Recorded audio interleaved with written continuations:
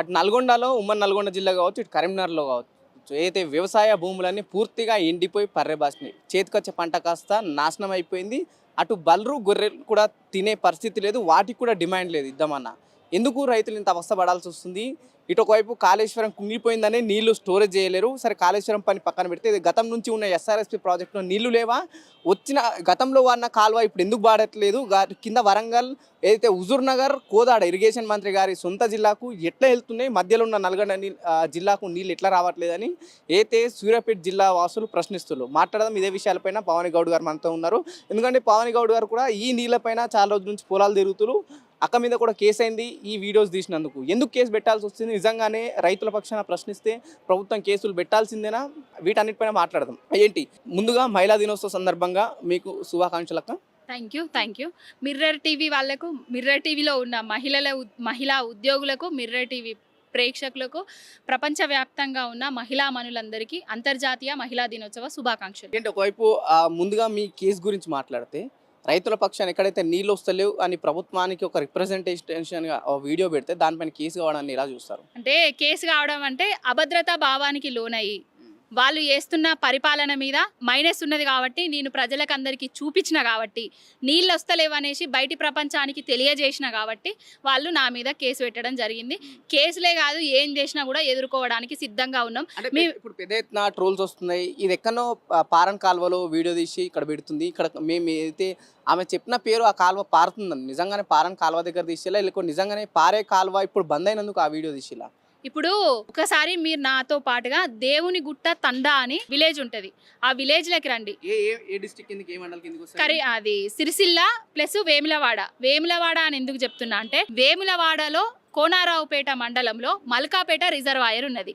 బాపు కేసీఆర్ గారు కట్టించింది. ఆ మల్కాపేట రిజర్వాయర్ల 1 TMC నీళ్లను కూడా ఎత్తిపోసిండ్రు కేసీఆర్ గారు. కొన్ని అనివార్య కారణాల వల్ల ఆయన దాన్ని ప్రారంభించలేకపోయిండ్రు. అయితే కొంతమంది మేమే చేసినాము, మేమే పూర్తి చేసినామని కొబ్బరికాయలు కొట్టి, పసుపు కుంకుమేసి, పువ్వులు జల్లి వాళ్ళ ప్రాబల్యాన్ని పెంచుకునే ప్రయత్నం చేసిండ్రు.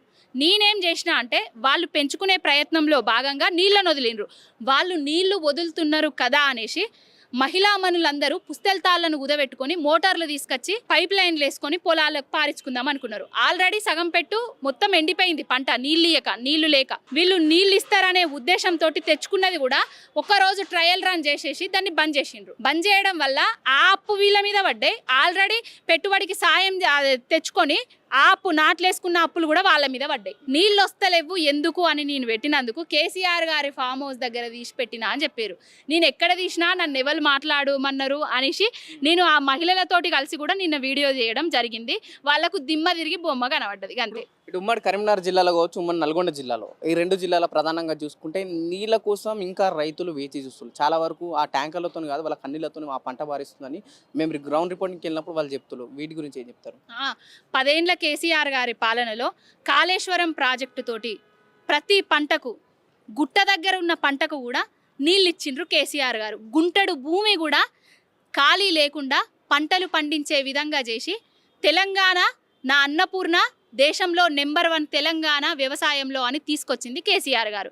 కేసీఆర్ గారి మీద నేరుగా ఎదుర్కోలేక కొన్ని కుట్రలు చేసి కాళేశ్వరం ప్రాజెక్టు కూలింది, కుంగింది, వంగింది, కొట్టుకపోయింది, అసలు లేదు అనేసి ప్రచారాలు చేశారు. మరి కాళేశ్వరం ప్రాజెక్టు తోటి చుక్కా నీరు అందలేదన్నారు. ఇప్పుడు కాళేశ్వరం ప్రాజెక్టు నుంచి వెళ్ళి కొన్ని జాగాలలో నీళ్ళు ఎత్తిపోసుకున్నారు. ఇప్పుడు నీళ్ళు ఇస్తలేరు. ఆ నీళ్లు కాళేశ్వరం ప్రాజెక్టులో నీళ్లు రాకపోతే పంటలు ఎందుకు ఎండుతాయి? మీరు చెప్పింది కరెక్టా తప్ప? జనాలకు ఎందుకు ఫాల్స్ న్యూస్ మొత్తం తీసుకుపోయి ప్రాపగండా చేసిండ్రు కేసీఆర్ గారి మీద? కాళేశ్వరము తెలంగాణకు జీవనాధారం. ఇప్పుడు నిజంగా వాళ్ళు ప్రభుత్వం అధికారంలోకి వచ్చిన నుంచి దాదాపు 15 నెలలు అవుతుంది. వచ్చిన నుంచి మొదటి రోజు నుంచే కాళేశ్వరం అనేది ఒక స్కామ్ ప్రాజెక్టు. దానివల్ల రైతులకు ఎటువంటి ఉపయోగం లేదన్న వాళ్ళు ఇప్పుడు కాళేశ్వరం నుంచి ఎందుకు నీళ్లు మళ్ళీ పారించాల్సి వస్తుందంటే ఏం చెప్తారు? ఇప్పుడు స్కాము అన్నారు కదా, స్కాము మరి ఎక్కడన్నా నిరూపించిండ్రా? ఇప్పటి వరకు 1,00,000 కోట్ల స్కామ్ జరిగింది అని అన్నారు. 90,000 కోట్ల వ్యయంతో కట్టిన ప్రాజెక్టుకు 1,00,000 కోట్ల స్కామ్ జరుగుతుందా? కాళేశ్వరం ప్రాజెక్ట్ అంటే ఒక మేడిగడ్డనేనా? కాళేశ్వరం ప్రాజెక్టులా ఒక్క పిల్లరే ఉన్నదా? 87 పిల్లర్లు ఉన్నాయి. ఒక పిల్లర్ కుంగితే నువ్వు దాన్ని మరమ్మతులు చేయకుండా కేసీఆర్ గారు కాళేశ్వరం నీళ్లు మళ్ళీ నేను ఎక్కడిస్తే కేసీఆర్ గారి పేరు వస్తుంది అనేసి కాళేశ్వరం ప్రాజెక్ట్ ఇంకా ఉన్నది అని చెప్తారు అనేసి దాన్ని ఎండబెడుతున్నాడు. ఇప్పటి వరకు కూడా నేను మొన్న వెళ్ళి అక్కడ బోటింగ్ చేయడం కూడా జరిగింది. ప్రాణహిత నది నుంచి వెళ్ళి నీటి ప్రవాహం కిందికి పోతుంది. గేట్లను మూసి ఆ నీళ్లను ఎత్తిపోస్తే సూర్యాపేట, నల్లగొండ ఆ జిల్లా వాసులకు కూడా నీళ్ళు అందుతాయి. ఇప్పుడు ఏ విధంగా ఆగమైపోతుంది? ఇప్పుడు సూర్యాపేట జిల్లాలో ప్రధానంగా చూస్తే పంటలు ఎండిపోయిళ్ళు ఏదైతే బీఆర్ఎస్ సంబంధించిన ఎమ్మెల్యే జగదీష్ రెడ్డి కూడా అక్కడికి వెళ్ళి పరామర్శించడం జరిగింది. ఎందుకు ఏదైతే ఏడవడం జరిగింది, పరామర్శించడం కాదు, జగదీశ్వర్ రెడ్డి గారు అక్కడికి వెళ్ళి ఏడవడం జరిగింది. ఎందుకంటే ఏదైతే ఎస్ఆర్ఎస్పి నుంచి ఆ కాల్వపడి నీళ్ళు వస్తున్నాయి గత 9.5 ఏళ్ళకి ఎక్కడ కూడా ఇబ్బంది రాలేదు. ఈ సంవత్సరం కూడా అలాగే వస్తాయని చెప్పేసి మళ్ళీ పంట వేయడం జరిగింది. కానీ కింద కోదాడ కావచ్చు, హుజూర్నగర్కి నీళ్ళు వెళ్తున్నాయి. మధ్యలో ఉన్న సూర్యాపేట ఏమైంది, ఎందుకు ఇవ్వట్లేదు అంటే నిజంగానే నల్గొండను కావాలని ఎండబెడుతుందా ఈ ప్రభుత్వం? నల్లగొండను కావాలనే ఎండబెడుతుందా అనేది ఇరిగేషన్ మంత్రికే తెలుసు. ఆయన ఏం చేస్తున్నాడు ఏంది అనేది ఆ ఇరిగేషన్ మంత్రికే తెలుసు.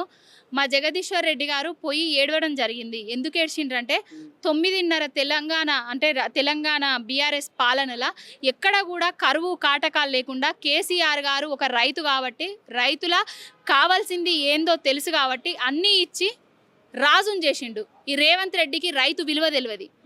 ఒక కాంట్రాక్టర్, ఒక బ్రోకర్ కాబట్టి రైతు ద్రోహి. కాంగ్రెస్ పార్టీ అంటేనే రైతు ద్రోహి. కాంగ్రెస్ అంటేనే కరువు. కాంగ్రెస్ కరువు రెండు అక్కా చెల్లెల లెక్క, ఆత్మ బంధువుల లెక్క వస్తాయి. కాంగ్రెస్ ఉన్నన్ని రోజులు నీళ్లుండయి, అది అందరికీ తెలిసిన సత్యమే. ఇదివరకు 60 ఏళ్ళ తెలంగాణ ఎట్లా అడుగంటిపోయిందో మనందరికీ తెలుసు. కేసీఆర్ గారి పాలనలో నీళ్ళ తెలంగాణ చేసిండు. ఇప్పుడు మళ్ళీ నీళ్లు బంద్ అయిపోయినాయి. కేసీఆర్ గారు లేరు అధికారంలో, నీళ్లు కూడా మాయమైపోయినాయి. ఎక్కడికి పోయినాయి నీళ్ళన్నీ? ఎస్ఆర్ఎస్పి నుంచి పక్క నియోజకవర్గంకి ఇట్లా పోతున్నా, ఇదే ఇటు సూర్యాపేట జిల్లాలో ఎందుకు ఈ ఎస్ఆర్ఎస్పి కాల్వ ఎందుకు ఎండగొడుతున్నా? ఈ ఉత్తమ్ కుమార్ రెడ్డిని అడగాలి. అది మీరు ఒకసారి పోయి ఉత్తమ్ కుమార్ ఆ ఇరిగేషన్ మంత్రి వర్యులనే నీ నియోజకవర్గానికి అంటే నీ జిల్లాకు సంబంధించిన పంటలను నువ్వు ఎందుకు ఎండగొడుతున్నావు, నీకు ఏం రాజకీయ కుట్రలు ఉన్నాయి అనేసి అడగాలి. ఏం చెప్తారు? ప్రధానంగా నీళ్ళ సమస్య ఎక్కువైంది, తాగునీటి సాగునీరు, ఏం చెప్పాల్సి? మహిళలను కోటీశ్వరులను చేస్తా అనేసి కొన్ని ప్రగల్భాలు పలికిండు. కోటీశ్వరులను చేస్తా అనేది దేవుడు ఎరుగు.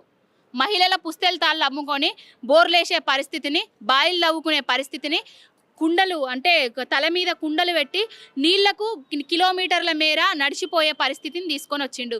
ఇప్పటికైనా నీ కుట్ర కుళ్ళు కేసీఆర్ గారి మీద ఆపి నీళ్ళిచ్చే ప్రయత్నం చెయ్యి.